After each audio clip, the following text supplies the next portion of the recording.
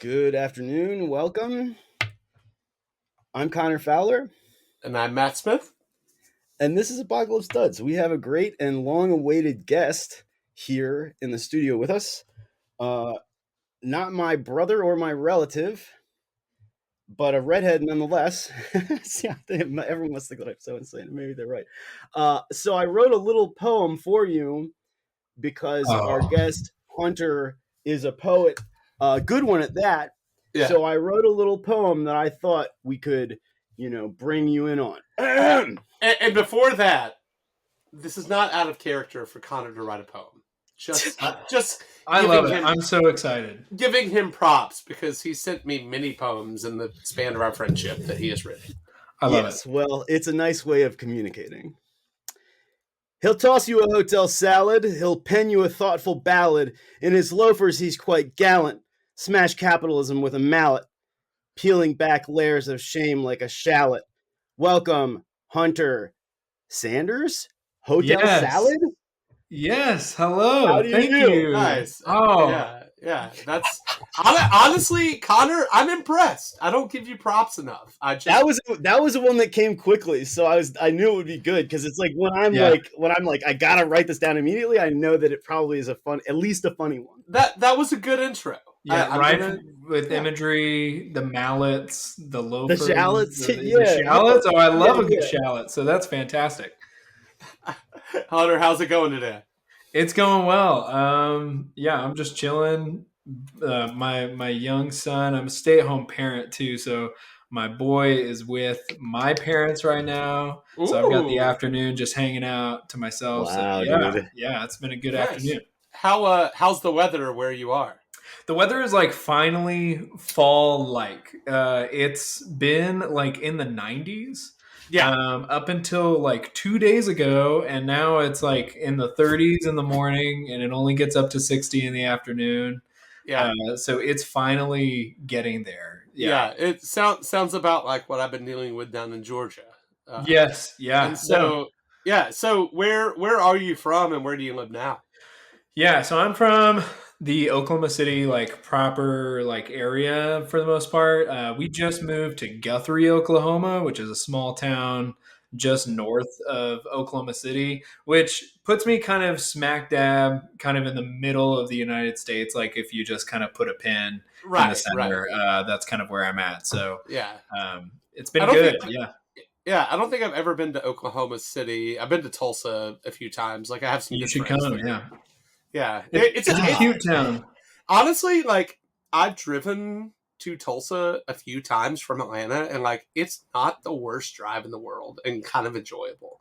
No, yeah, it's really Matt beautiful. says it's not the worst drive in the world. It's got to be like harrowing and like because Matt does a lot. Actually, terrible. I am a professional driver, but like once you get past like Memphis and Arkansas, if you're going west, it's like. Nice. It's not. It's not. It's very flat. There's nothing really. You kind of. There's a little bit of time dilation where because you're not actually occurring a lot of landmarks in terms of space, you kind of zone out, and then you've suddenly teleported to exactly where you're going.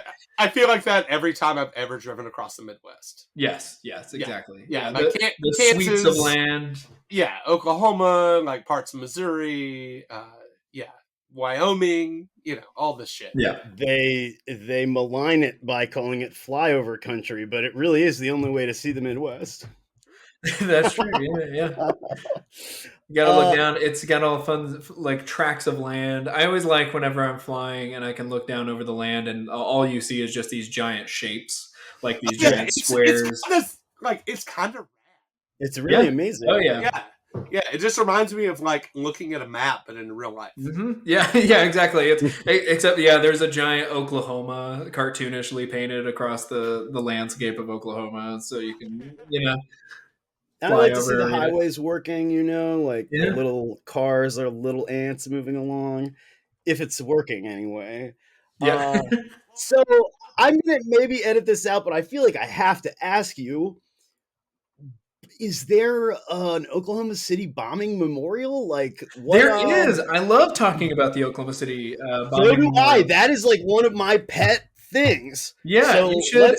let's do it. The Oklahoma City bombing memorial was made by, there was a like nationwide, I want to say it was nationwide contest. We'll say it's nationwide and be hyperbolic, and then if it's not, someone can correct it, and we'll ignore that and whatever. Well, it won't be But, us. yeah, sure. It was made in a contest where a bunch of people submitted designs for a memorial, and it actually is one of the most kind of consciously designed memorials in the U.S. So it is like it's actually kind of impossible to fully elicit all the different ways that it is conscious of where it is, but it's so the bombing, the building obviously that was bombed is no longer there, obviously. Sure.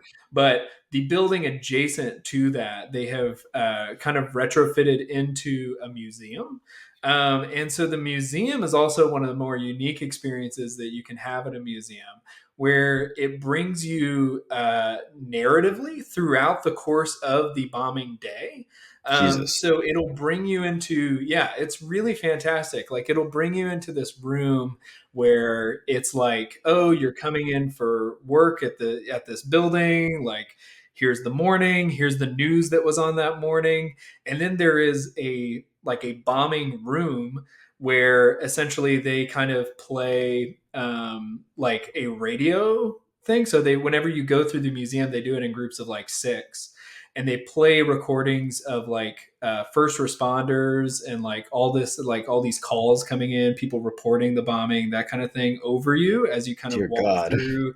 Yeah, and it's really crazy because it'll bring you into the space of the moment really, really well, and it'll carry you throughout then the investigation of finding Timothy McVeigh, how like they found him, the memorial efforts afterwards. Like it's a really, really conscious museum. And then the gardens, they have a garden adjacent to that museum, which is actually in the spot where the building used to be.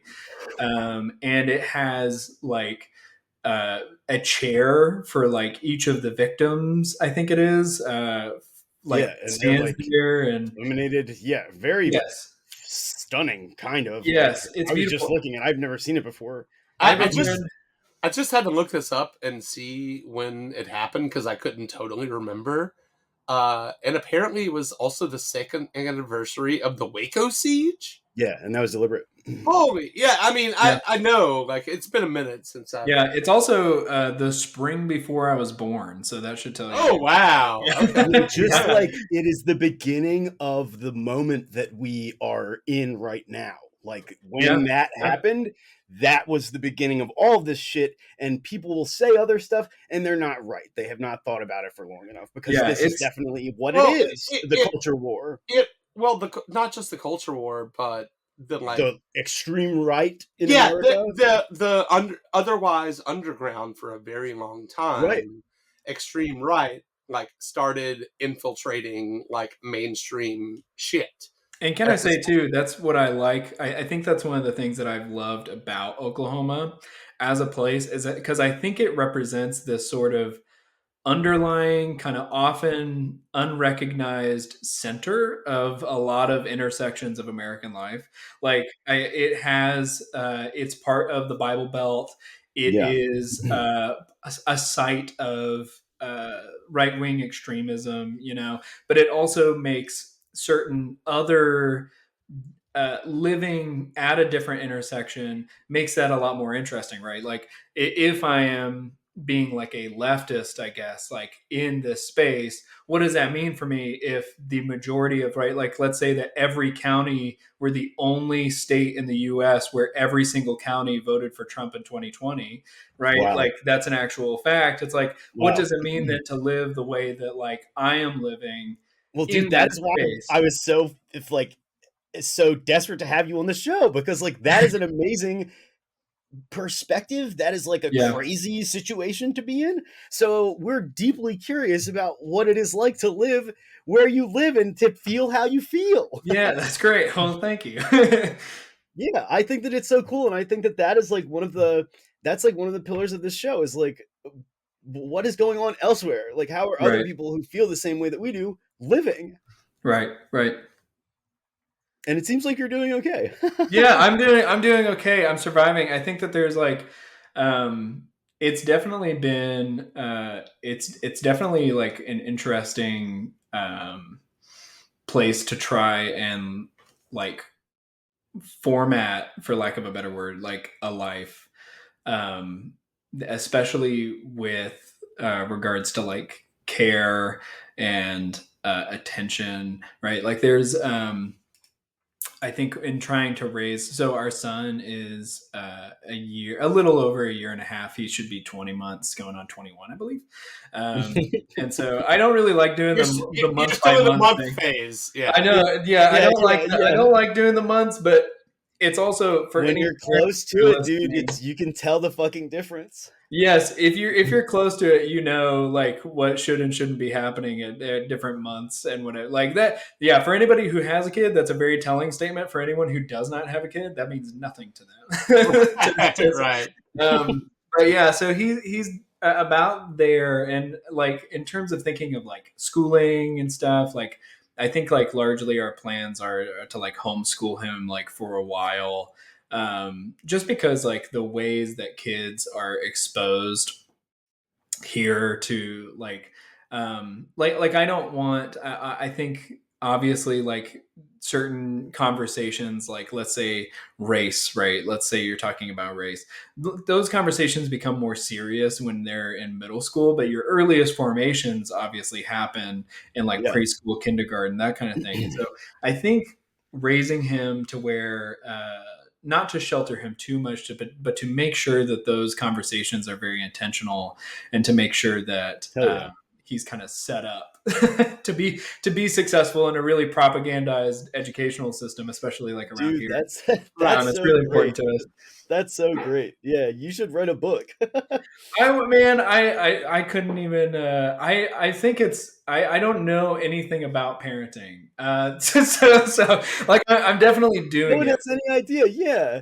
It just is like that's extremely refreshing to hear because Yeah, people are like, what do you mean? I like yeah, it just is like that's a Yeah. great attitude and perspective to have, I think. Yeah. I would also imagine that there are probably, being in the Bible Belt, born and raised here in the Bible Belt, also like a lot of very quote unquote Judeo Christian things that infiltrate the schools there. oh yeah, like I think we just had our state superintendent just tried to approve a plan that the ACLU is suing him over, Sweet. to try and put Bibles in the hands of like Mm. every child in Yeah. I And Oklahoma. remember. Yes. they contracted him for Trump's Bibles, right? Yes, exactly. Yeah, they were Yeah. trying. I've seen this. God damn it. Yes, yes. So that's in my state.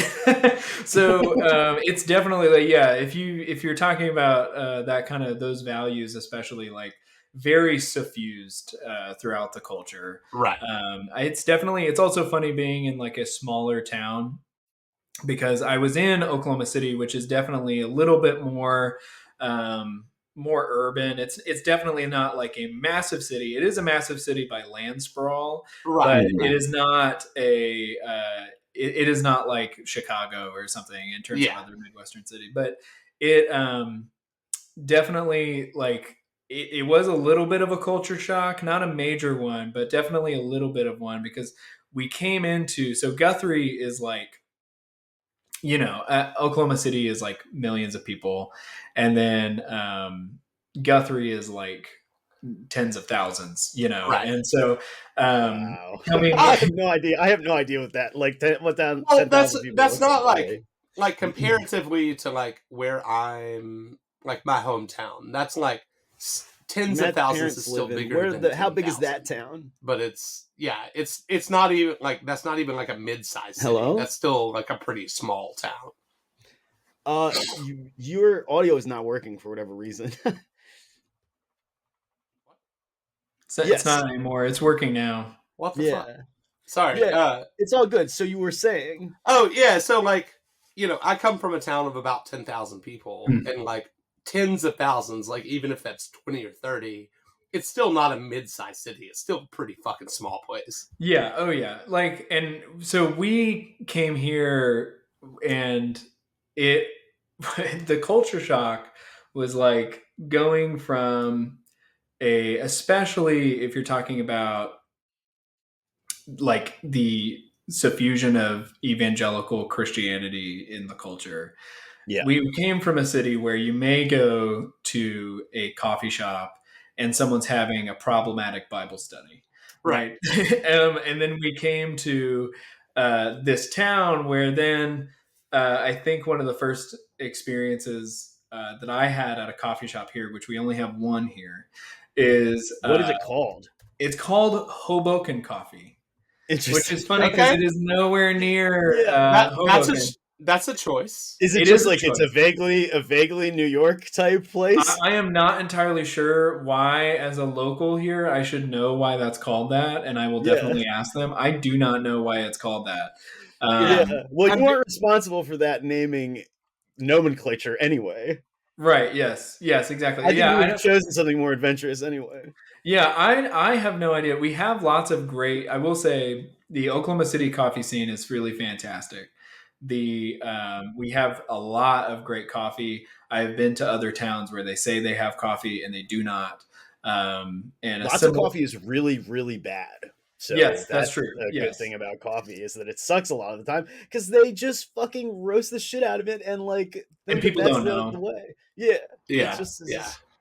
But you may go. So whenever we go to, sorry, I got off my first. I started talking about coffee, and then I totally forgot. Basically, one of the first experiences that we had going to a coffee shop here was someone in my periphery talking to somebody else, and they were like, "Yeah, and Suzanne's got the devil in her," and it's like. And it was like, okay, these are different levels, obviously, of belief, types of belief, right? Like Right. this is definitely like what you're committed to is definitely different in terms of like how suffused this thing is, and so anyway, but yeah, definitely, it's definitely a culture shock. The coffee is really good. I would go to this coffee shop. I did make. I have now named the coffee shop and told one terrible thing that happened there, but it actually is a good coffee shop that if this you're in program. town, you should go. Shout out Hoboken Coffee Yeah. in Guthrie, Yes, exactly. Oklahoma. Exactly.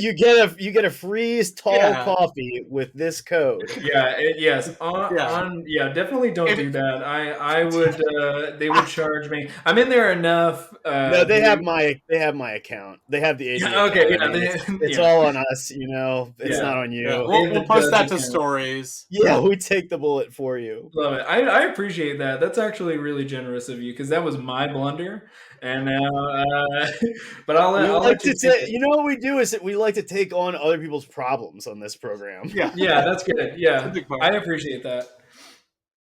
So, what is this? A And a friend in therapy? need is a friend indeed. Yeah, it's been a fun transition, but honestly, it has been really good for us to move to this more rural environment. Um, it what we discovered was that our negotiations that we were making with living in a city largely had to do with what we thought the city represented for us and not what we were actually getting out of living in Wow. the city. I gotta say, you gotta repeat that because that's really, at least for me, resident. Like Yeah, do you want me to repeat it? verbatim. Yes, please. I think that was a great point. A lot of our living in the city had to do with our negotiations of what the city actually meant for us versus what it represented for us. We had to, um, whenever we were thinking of what we did in the city, all of those things were still available if we move out to this rural environment. Luckily, we live only a half hour from where we lived before. So it's not a major commitment. We're not super far out. But at the same time, it was like we were committed to this idea of the city as something that young people do, as something that adventurous people do, as something that talented people do. And for us, we had to kind of look at our life and say, well, we're not using the city in these ways. We are not actually connecting with the city in these ways, but we are connecting with like our family life in these particular ways, or we're connecting with our art in particular ways, right? For me, like writing, it was like, do I actually need to be engaged with this particular city in order to be engaged with my creative life? And then the answer to me ended up being no, I don't need that. It's going to follow me, and it can develop and change as I move. Um, so sorry, I did you feel say? I feel like that's a really good way to approach a move like that. And like you said, you're not super far from the city proper. Like, it doesn't make sense for everyone. And Yeah, I mean, yeah, like the main reason that I live in Baltimore is because it's cheap. yeah, yeah, Like I couldn't live in I couldn't probably live in any of the counties really, like in a comfortable way. So I live here, yeah, and that's tight. yeah. That's like exactly what I need. That's You a know, fantastic reason to do anything. yeah, I yeah, just thought it totally. was. I just thought it was. People don't talk about that a lot. I don't think people Yeah, don't talk Yeah, about like it's a very blind I'm city. living in my very rural hometown right now because of the same reason, and because I just like Mhm. had to get away for a minute. I'm still in yeah, Atlanta, like, multiple days a week and, tons of time, but it's like I'm not super far. I've really like started concentrating on things that like, are more creative because I have like less shit going on and like around me. yeah. Yeah, and You I know. think that there's a way too where it takes up. I think sometimes, and this is not an anti-city position that I'm No, taking, no, definitely but not. I do think sometimes that can take up some kind of latent space in the back of your mind. In terms of, at least for me, it takes up space in terms of what I feel that I should be doing. I think living in a city comes with certain feelings of obligation. As things are happening around you. And I think that ends up kind of manifesting as like FOMO, where it's like there's so much happening around me. I feel some responsibility to be a part of it. And I think for me, I had to kind of take a step back and be like, okay, what am I actually interested in engaging in? And are those things still possible in a different environment? And, and now they are. And like they're more available now, I think, because I have the space to choose. Yeah, and I mean, let's be honest. I think a lot of amazing writers chose that kind of like Yeah. isolation while they wanted to do their work. See, there goes Yeah. Matt with the fucking points. Yeah, yeah, Yeah. Yeah, I think that's a great. I mean, right? Like the through, like lots of people decided to go away, and for some of them, it was good. Yeah. right, exactly. Yeah. Uh, Sorry, go ahead. no, you're good. Well, I was going to say, I feel like the way that being in a rural environment has affected my writing too has been to center the rural instead of like kind of harkening back to like city life. It's now kind of created this space in the work where there's like more silence, there's more land, there's more nature, Mm. there's more of like the things like the objects of domesticity around me. Like my dog features a lot more prominently, right? Yeah. And then instead of what would happen when I was like in a city environment, everything was kind of this orgasmic explosion of like image where it was like it's too much image, it's there's too much to work with. Kind of paring it down and being like, can I really meditate on my dog for a while? That's actually like become more interesting and actually kind of formed my artistry in a different way that I really like. Hell yeah! One of my favorite writers, Breece D'J Pancake, was See, like he was from Appalachia, and a lot of what he wrote about were the things around him, like so cut off from most, quote unquote modern civilization. Like, Yeah, can you spell that? Breece, Breece, Deej, D apostrophe J, Pancake.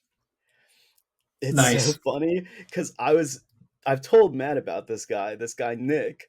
He is from West Virginia. Like he takes amazing photos. He went to the Corcoran School in DC, so he's like accomplished, I guess.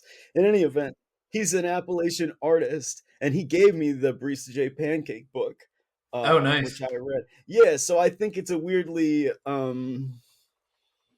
I guess, Yeah, highly recommend. thing. Yeah. Highly recommend like a not hard to understand read, but a very like deep read, if that makes sense. Oh, yeah, that tracks.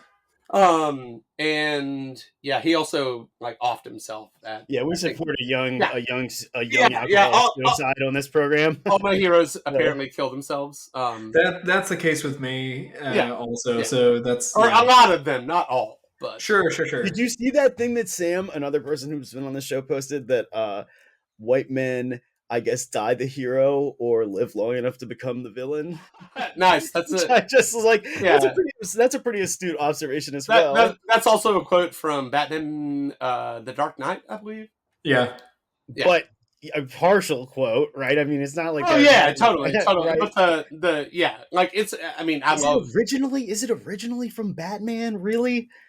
Maybe I'm I not think sure. maybe. I think it might be. I think it's got to be referential. It's maybe. It's in that movie, and I love those movies. Like the Christopher Nolan Batmans are some of the best action films. One time I went to a medieval fair with some friends of mine, and one of my friends got way too involved with the tournament combat and watched it for maybe a good 7 minutes before turning to us and saying, "You either die a hero or live long enough to become a villain." And with all earnesty, and I think that's maybe one of the funniest like the degree to which he got involved in this fake tournament. And it just became so dramatic for him immediately. They're out there. I mean, that's like I think that Maryland has the biggest Renaissance festival in the country or something. That's incredible. It's a lot. It's something. I mean, I delivered pizzas to that place many times. I went in high school once, and like as a like punk rock high schooler, it was kind of enjoyable, but like also just it's completely absurd.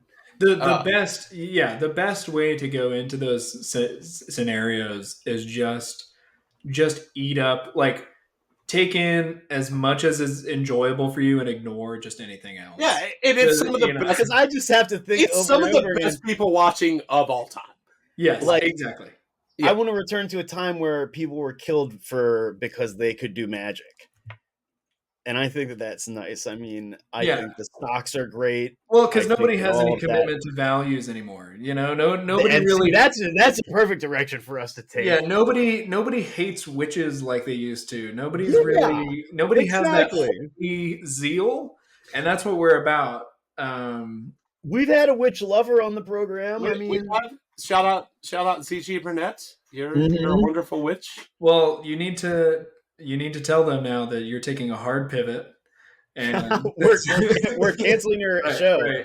Yeah, I have way too many woo-woo friends to like take a hard stance about this kind of thing. I'm just I will say I would like regular tournament style combat to come into because really I think that is the commitment that football wants to make, but does not. It needs to go the extra mile. It needs to be jousting.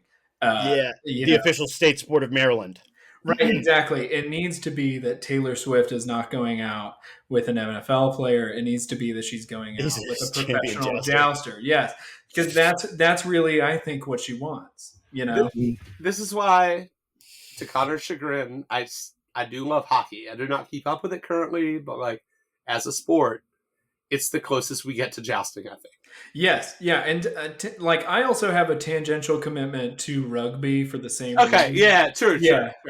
I did not in my part of the South. Rugby was not a thing. Lacrosse. I mean, unfortunately, it's been co-opted and destroyed by whites.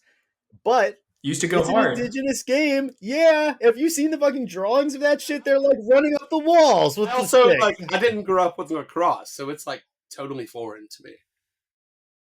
It's like it's easy to understand, I think, for the most part. For sure. Not unlike hockey, really.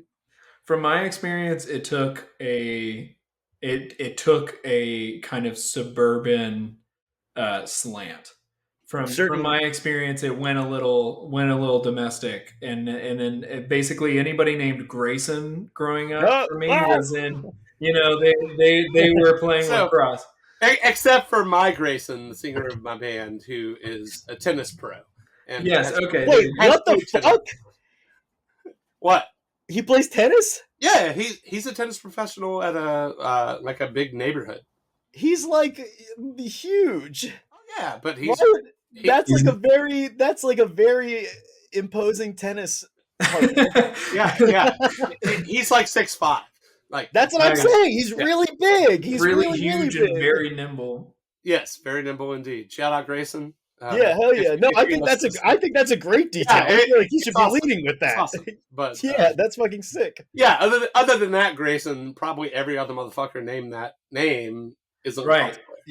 Yeah, or I could list any number of, if it's a name that starts with a BR, probably, any Bryson, Brady Mathis, Brady, Braden, Bryson, all that shit. Totally. All that shit. Well, it's like, it sucks though, because it's like the origin of it is pure. Right, exactly. To the extent that is possible. It's been bastardized. Well, it's extremely expensive. The Lacrosse Hall of Fame is at Johns Hopkins University in beautiful Baltimore, Maryland. But it's like, why? No, that's like, that school costs like $60,000 a semester. Yeah, no thanks. Hard pass. Hard pass. Yeah. So Hunter, you are a writer. Yeah. When did you, and kind of how did you start? Was there anything like that you can think of in particular that inspired you? Yeah, so whenever I was growing up, my mom was writing and stuff constantly, but she wrote largely stories like about our family. And then like self-published those, and then sold those. And I think early on, seeing that, and also being a reader of like fantasy books, Lord of the Rings, what were you reading? like, Chronicles of Narnia was Of big. course. Like, those two were CS. Yeah, those two like series for me. I think as a kid, I really wanted to write fantasy stories. Did you ever read Madeline L'Anglais? As I don't recognize what you're saying right now, I would say no. A Wrinkle in Time. No, I did. I actually, we read the first one in class. Interesting. We read A Wrinkle in Time for class, and then I didn't read any others after that. But gotcha. No, her and C.S. Lewis are kind of linked in my mind, because that's what happened in my childhood. Christian magic. Whatever. Yeah, Christian magic. Yeah. like somewhat vaguely Christian fantasy. Yeah, exactly. Yeah, I think, and that's what, and obviously that was like my environment growing up. And so I wanted Harry Potter banned. Harry Potter was banned in my household. So interesting. That was kind of where I was. And then, in adulthood ended up going back and participating in the Harry Potter series. Whoa. Right. So it took me a while. I actually, How old are you? I am 28. Yeah. So you're not far from Connor. Impressive. I mean, I think you are, very good. Okay, thanks. Yeah, I'm 28. I actually forget often how old I am, because I forget to keep track after like 21. So periodically, especially as I near my birthday, I often forget. But I think now that I'm approaching 30, I think I'll be better about remembering it, because I'll have like a hard reset of like a full decade. Yeah. Wait. I'm on an easy year, 1990, right? So it's easy to there you go. Yeah. But I never. You led into this, but when is your birthday? My birthday is December 7th, 1995. I remember Pearl Harbor, baby. Yeah, Pearl Harbor. Yeah. I think I had a friend who used to make me a Pearl Harbor drink, a themed drink on my birthday. But she moved away. Sounds like a person I would get along with. So, what? That sounds like a person that I would get along with. Oh yeah, and also her birthday too was on the day that the USS Maine went down. Remember the Maine, And so baby. remember the Maine, and so yeah, she would actually drink a Remember the Maine, which is the Wow. drink that Wow. the thing. But yeah, it was like birthday drinks were kind of her deal, I guess. So, but anyway, but yeah, that's my birthday. That's how old I am. Nice. I support that. I am not in astrology currently, so I ain't going any farther into it. Was just curious. Yeah, I am. I'll tell you, I'm a Virgo rising. No, I'm serious. I am. For anybody interested, even though nobody asked, For any and of my nobody. fans out there. Let's see. Yeah. My best friend Eleanor, shout out Elle, is going to be so happy about this. Okay, Yeah. yeah. So if I'm We're talking remembering about it at correctly, length. yeah, this is for Eleanor. So Hell yeah. I am a Sagittarius sun, Yay! and a Virgo rising and a Capricorn moon. If and I don't think that means So does that anything. mean anything to you? I'm not knocking it. I'm not Sure. shitting on it. I'm Not, just not saying, at all. Like, it's hella interesting to Let me. me Yeah, tell you. like Let me I'm a tell you. Pisces. I feel like the Pisces is maligned, as I used Yeah, a word I used that- earlier. I'm a Scorpio. But why? I am also maligned. Here's what I'll tell you about Scorpios, though. Scorpios get They got a consistent. stinger. Well, you consistently included in memery. Yes. If there's a meme to be had about astrology, Scorpios are included. Sagittarius are seldom in the memes, and I think it's because It's a they're spelling. kind of magnanimous and open and adventurous. And I think for most people, that kind of archetype is very boring, and it's hard to make kind of cutting or interesting or Brand sarcastic. pronouncements. Yeah, you can't make any Right. pronouncements about it. Yeah. And so, and I think that's kind of the thing where people are like, oh, well, if you look at a horoscope, it could be anything. I think that that's partly true of Sagittarius, like the way that it's interpreted. People feel that way about Sagittarius. Like, I think that they think that kind of, they don't really want to deal with it because it's not. For me, I have always thought that it's very cool that I'm a Sagittarius, which is a very Sagittarius thing of me to say. Yeah, and that's so, Aaron. That's Aaron too, though. I mean, yeah, is Aaron a Sagittarius as well? Mm-hmm. Okay, yeah. So it's very okay. Yeah, it's a very like I don't think it's very like self-centered, but it's very like self-conscious and like very pleased to be the self. And so there's that. For the rising, I think that if I'm interpreting this right, I think that the rising is like how you want to kind of appear to other people. And then I want to say the moon. I'm not going to go into the moon because I don't really know quite much about it. I do recognize the Virgo-ness as someone who is more analytical. If I'm remembering this correctly, I consider myself more analytical and like the way that I process things. I often feel that I'm doing it very logically, but I'm also very governed by my emotions, which I think is kind of the rest of my chart, right? So I think that it's very like you're an adventurous person who considers themselves to be very logical and You're an like, introverted extrovert. it puts that out there, yes, but you're actually on the inside very swayed by your emotions, very so What about this? So, I grew up with this guy Nelson Edwards. Okay, he was born on 4/20, 1990. Okay? Oh wow. Yeah. You know who else was born on 4/20? Adolf Hitler.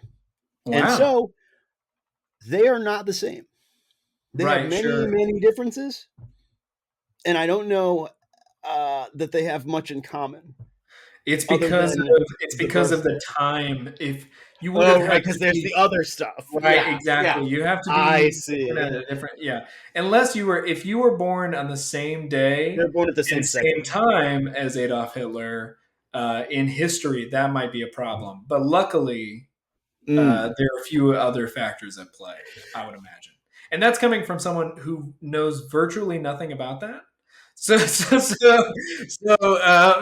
But I would guess he is not on the warpath. your friend? Hopefully. Well, I think he Also, is an investment banker. So Oh, he might be. He might be. and sadly, the yeah, actual 420 has no implications on him, seemingly.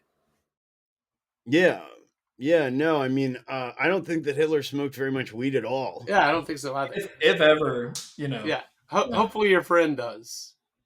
Oh yeah, yeah. That's No, what it is. since That's we're what's talking preventing about it. Nelson, like Nelson loved smoking weed. It was like I was just drinking instead, you know.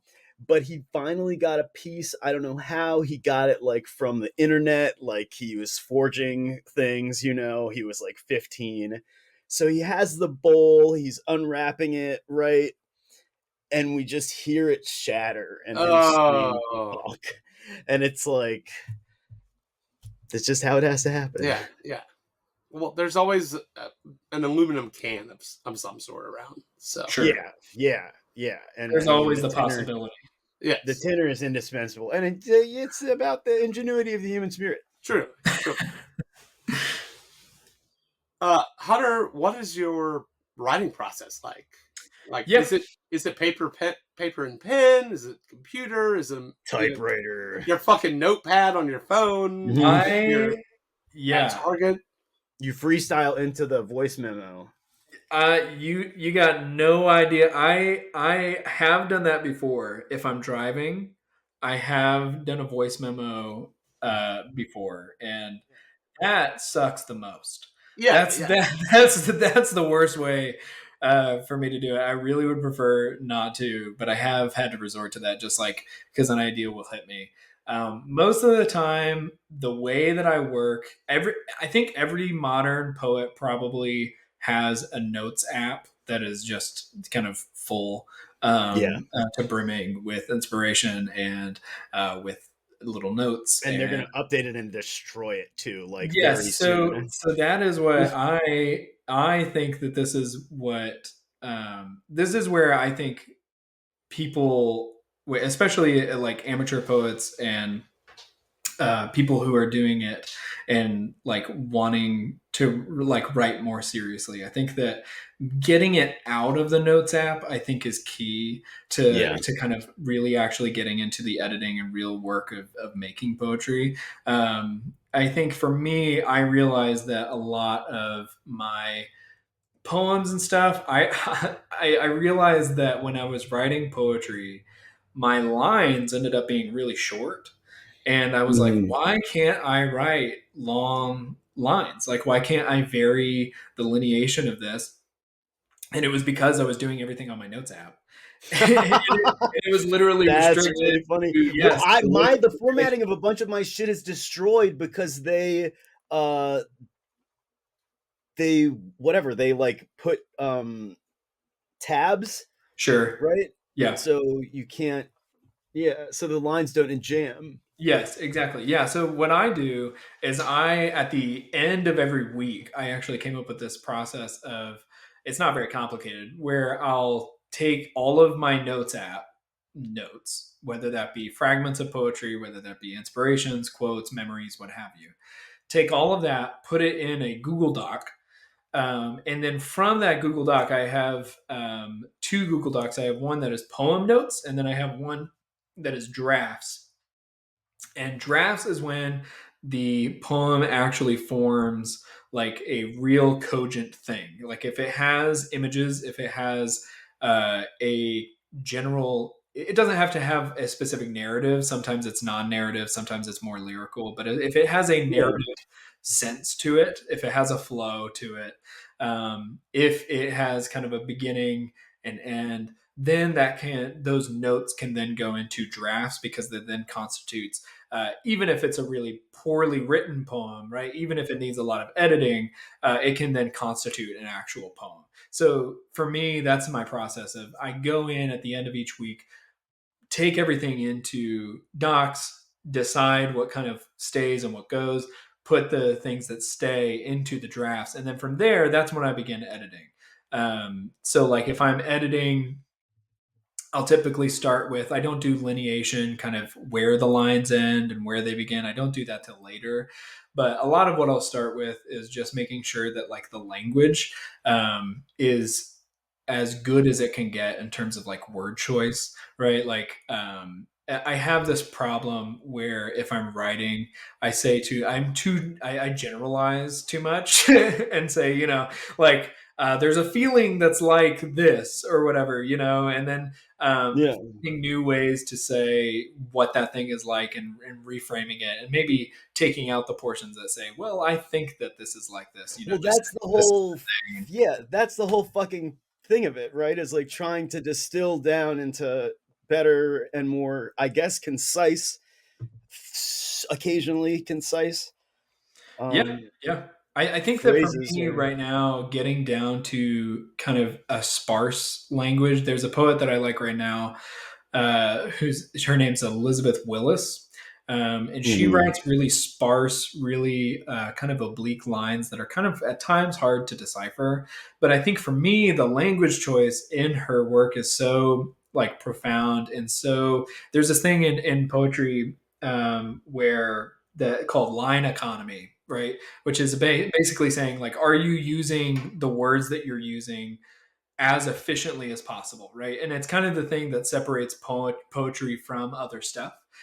Prose can kind of go on at length a little bit, like it can kind of expound and explain and kind of tell you what it's about and so on.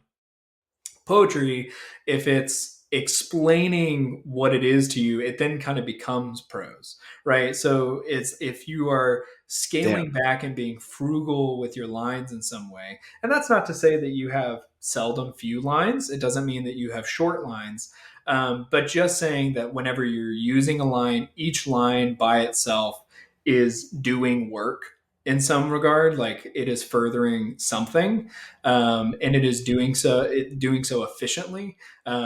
I think for me, that's what I'm like seeking whenever I'm editing. It's like, can I get this line down to saying what it needs to say with the most efficient word use possible, and can I get these lines down to like can I not short, but like can I delete lines, right? Where are redundancies, where can I take these things out? Trying to make it lean and mean, whatever. I Yes, mean, whatever exactly, yeah. phrase they want to use for it. Make it Because like athletic, make it, yeah. my mom is a writer, as I have talked about on this show, of course. And her thing is economy of language. Basically, she deciphers doctors' language for like lay people, basically. Nice, yeah, And so that's like her entire career is sort of deciphering things. She's a poet. Like that's yeah, has always been what she um I guess urges to anyone who comes to her with poetry is like you gotta make it more to the point. Like that's yeah. the Exactly. Yeah, and I think that there are ways to linger. I think that your lingering though has to be towards a certain effect. Like uh, a poem by Robert Lowell, Mhm. who's like one of the greatest dead American poets. But he wrote this poem called Skunk Hour, and there's a line in it where he gets to kind of the point of the poem, and it's sort of in the middle of the poem, and he says the point is, he says, my mind is not right, right, and that is essentially what he is trying to get at. But the whole rest of the poem involves these kind of vignettes of him like kind of like creeping around this, I think it's an island, he's creeping around an island kind of in New England, right, and he goes up I'm to pulling this it kind up. of this point where some kids are like making out in cars or like having sex in cars and stuff, and he kind of details how he like lingers there, like he's not being like a peeping tom or anything, I guess, but he kind of lingers, like kind of describes these ways that he's kind of pouting and kind of just moping around this island, and then it kind of in the middle there's this like my mind's not right line, and I think that that's like really earned. Like he spends a lot of time wasting time in the rest of the poem, I think.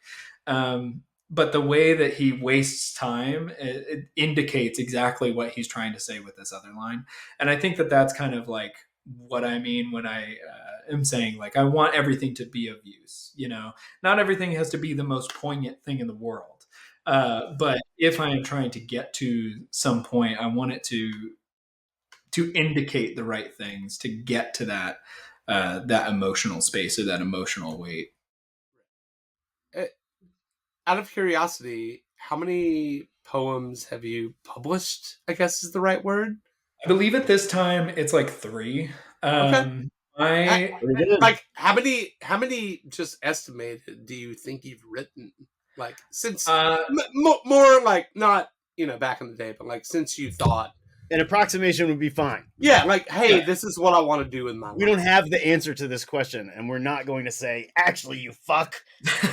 I actually have a pretty good estimate of the amount of poems that I've written in the last like 2 years because my drafts document only goes back about 2 years, and I actually have a page break per poem, and I have basically I the amount of pages that I have is the amount of poems that I have.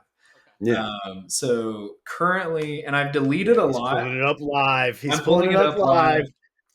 I actually went back this last month and deleted a lot of them because I just realized I was like, these. I had a depressive episode where I thought these are not poems. Yeah. Did you delete them for good? Did you delete them for good? There were some that I deleted for good, but the amount that I have, Oh. I feel good about. I currently have drum roll.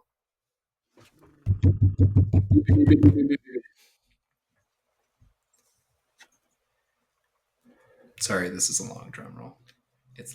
This should give you some indication. This is how long it's taking to load. Yeah, I appreciate it. I have 35 poems working right now.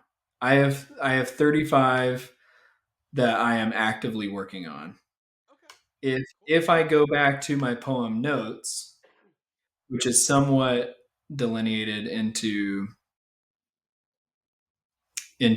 distinct poems. Do you have a favorite poem? What? Do you have a favorite poem? I do have a favorite poem. You don't?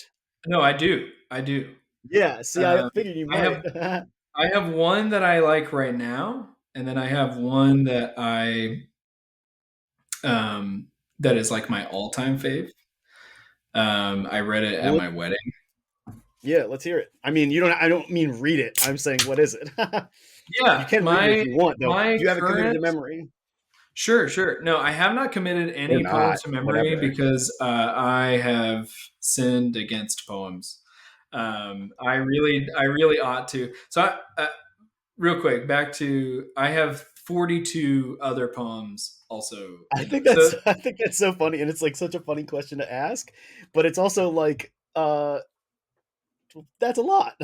It is a lot. Yeah, I'm working a lot on it, and I want to write very broadly. You also have a full-time job, more than full-time job.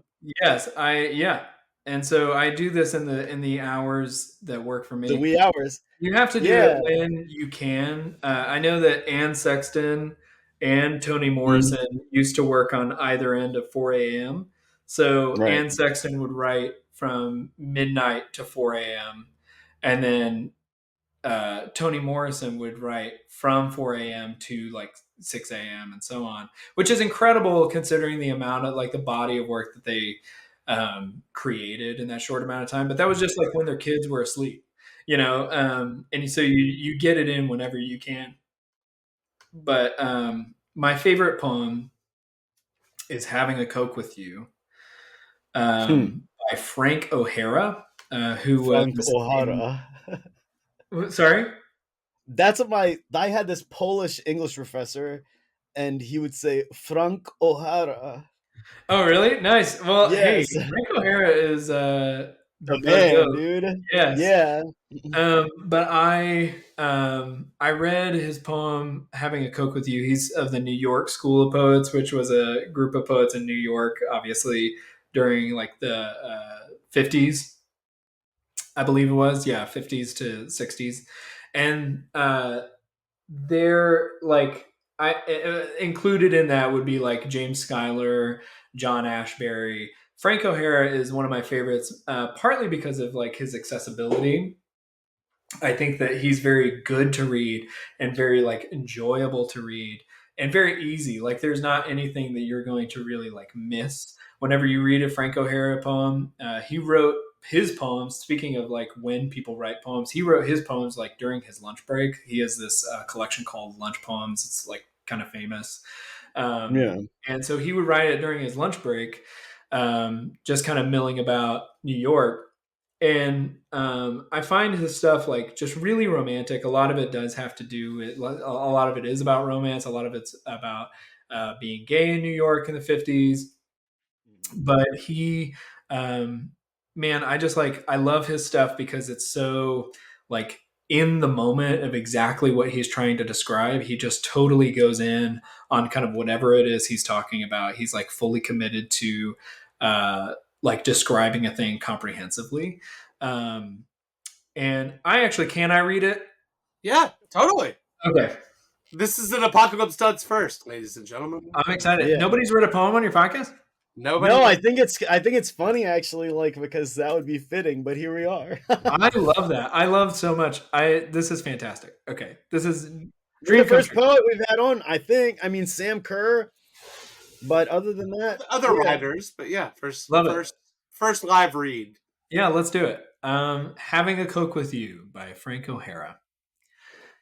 Having a Coke with you is even more fun than going to San Sebastian, Irun, Hendaye, Biarritz, Bayonne, or being sick to the stomach on the Traversa de Gracia in Barcelona, partly because in your orange shirt you look like a better, happier Saint Sebastian, partly because of my love for you, partly because of your love for yogurt, partly because of the fluorescent orange tulips around the birches, partly because of the secrecy our smiles take on before people and statuary. It is hard to believe when I'm with you that there can be anything as still, as solemn, as unpleasantly definitive as statuary. When right in front of it, in the warm New York 4 o'clock light, we are drifting back and forth between each other like a tree breathing through its spectacles. And the portrait show seems to have no faces in it at all, just paint. You suddenly wonder why in the world anyone ever did them. I look at you, and I would rather look at you than all the portraits in the world, except possibly for the Polish writer. Occasionally, and anyway, it's in the Frick, which thank heavens you haven't gone to yet, so we can go together for the first time. And the fact that you move so beautifully more or less takes care of futurism. Just as at home, I never think of the nude descending a staircase, or at a rehearsal, a single drawing of Leonardo or Michelangelo that used to wow me. And what does all that research of the Impressionists do them when they never got the right person to stand near the tree when the sun sank? Or for that matter, Marino Marini, when he didn't pick the rider as carefully as the horse. It seems they were all cheated of some marvelous experience, which is not going to go wasted on me, which is why I'm telling you about it. That's all. Fuck yeah. Nice. And That was it's great. Yeah, that's I love beautiful. it so much. I've read that poem a lot, and I rarely read it out loud, and so I've not learned any of the pronunciations of any of the No, foreign. dude, but that was so Yeah, good. That yeah. was like the best part of the whole fucking thing. It's like, fuck this, you know? As someone that really, to my whatever, loves coming of age movies and stories and things, like that is kind of reminiscent of that kind of Yeah, storytelling. yeah, Beautiful. Just like that's like almost all the good albums are about a certain time in life. yeah. Like And I love that early to. period. Yeah, and it's so good too because it also it just deals with kind of everything is filtered through like his personal experience. You're kind of every time that you're brought into a Frank O'Hara poem, you're brought into kind of this intimate space with him at the time, and he's talking to you, and it feels very like conversational and inclusive, and like, come, let me tell you about this thing, or like I'm bringing you into a moment. And I think that is just like, I think that's what makes Frank O'Hara's poems fantastic for me, and really instructive.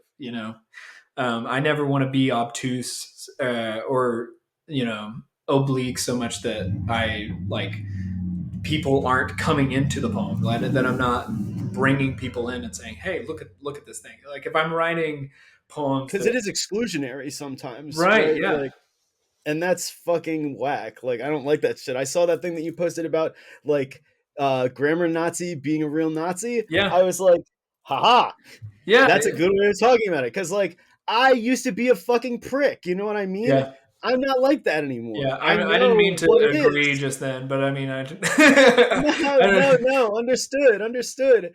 But it's like, what does it matter? You know what they're talking about. Everything that you're doing is about yeah. classism, basically. And what I love too, especially like if you look at that poem, like none of the lines are punctuated. So like all of and they're really really long and discursive. So just to like everything is just so indulgent, and it kind of is very easy to like come into. And yeah, I think to learn to write like that, and to learn to write in a way that is caught up, and I think you're both doing justice to the audience, and both doing justice to the audience and your subject by doing that. Whenever I write about my dog, I want people to come into the experience of my dog. I don't just want to kind of give you something about my dog, like as enjoyable as that might be for you. I want that to be something where like I am bringing you into that because I love that dog, or I care about that experience, or I want to do justice to that experience for some reason. That's why I'm including people. It's like I am becoming like a medium of exchange for people and for the subject. And so like for me, that's why uh, I love those poems. Yeah, I'm just picturing this guy Peter Gwiazda, who's my professor at school. He just like he had a really thick Polish accent, and he would read all these poems in class beautifully, Yeah, perfectly. yeah. But he just had this amazing voice, you know. I love Um, whenever you can get someone who is a bilingual poet to like See, read things. I think he speaks four languages. That's Has to. incredible. Yeah, it's just some of the A shit. quadlingual person. But yeah, anytime that you can, even poems that are not in translation yet, listening to poems even in other languages is still such an enjoyable experience for me. Just whatever someone's bringing to it, it can just like totally transform the piece. There's one by one poet, Ilya Kaminsky, Sure. who wrote a book that is slipping my mind at Deaf Republic is the name of that book. Really incredible. But every time that I hear him read, he has a thick accent, um, and he's from Ukraine, and so he has a thick accent, and it's really beautiful to like hear him read his poems, especially like in English and stuff. Like the cadence that he brings to it is really intriguing. Sorry, now Yeah, I'm just it's like amazing to see. thinking of Well, it's all. amazing to see people read because I think you have to hear it read Mhm. sometimes, and then sometimes you have to read it yourself. Yeah. So it's like And I it's think a really lot of times, depends. like being able to read those things out loud, I think it's so important to read out loud, so that you get some because every part of the poem is communicating something to you. And I think that that's what I like about poetry as an art form is that every iota and atom of it is so geared towards trying to bring you towards something or bring something to you. And I think that reading poetry out loud and to yourself is part of that. Like the exchange that you Mhm. have whenever you're reading it either out loud to yourself or hearing it read, that is something that informs the poem as much as any other kind of stroke of pen or whatever have you, whatever parts went into the machinery of that poem. Um, the reading of those poems. That's part of the machinery. Like, but yeah, so important, so cool. It's great that you have that experience. I'm so glad that that is your entry to Frank O'Hara. Well, so he kind of can in one semester I went from like doing uh political science to just deciding to add an English degree to read poetry basically because Nice. he was a genius. He was really a genius. Um and so it was amazing to hear like I don't know, people talk about well, so me to hear me talk about the class war and what have you, these sorts of things that are happening like when we're reading The Jungle. What is going on in The Jungle? What is going on in Upton Sinclair's The Jungle? Huh.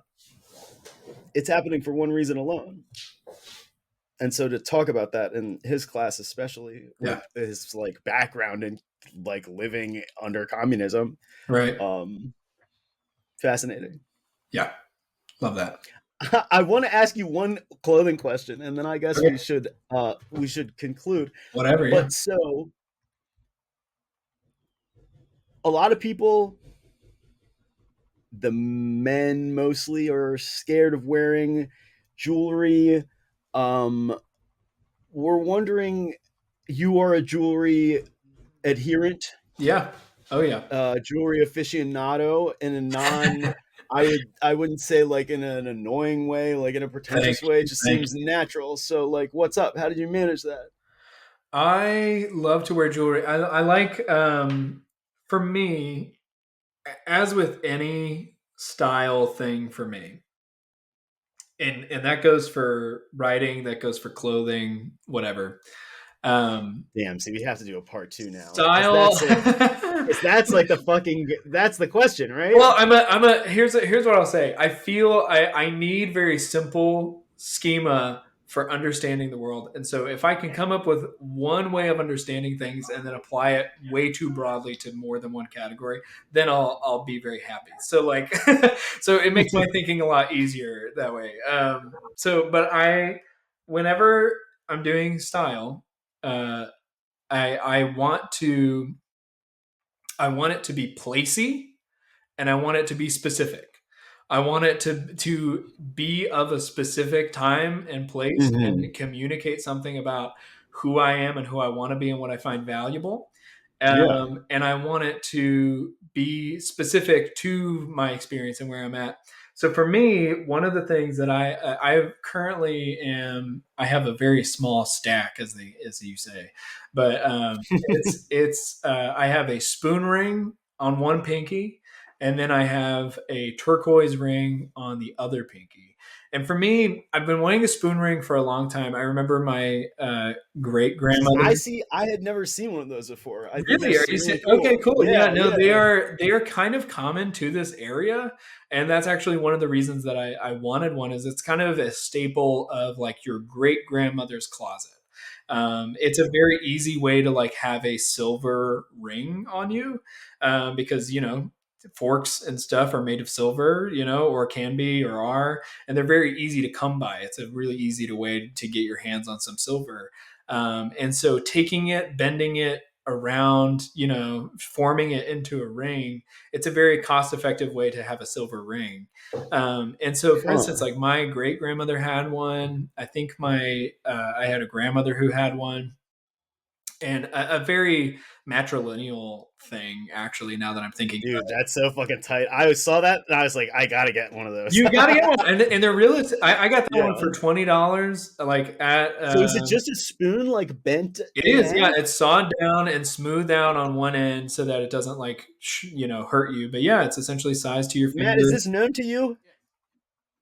Is this is a southern thing? I don't know. I've just seen them forever.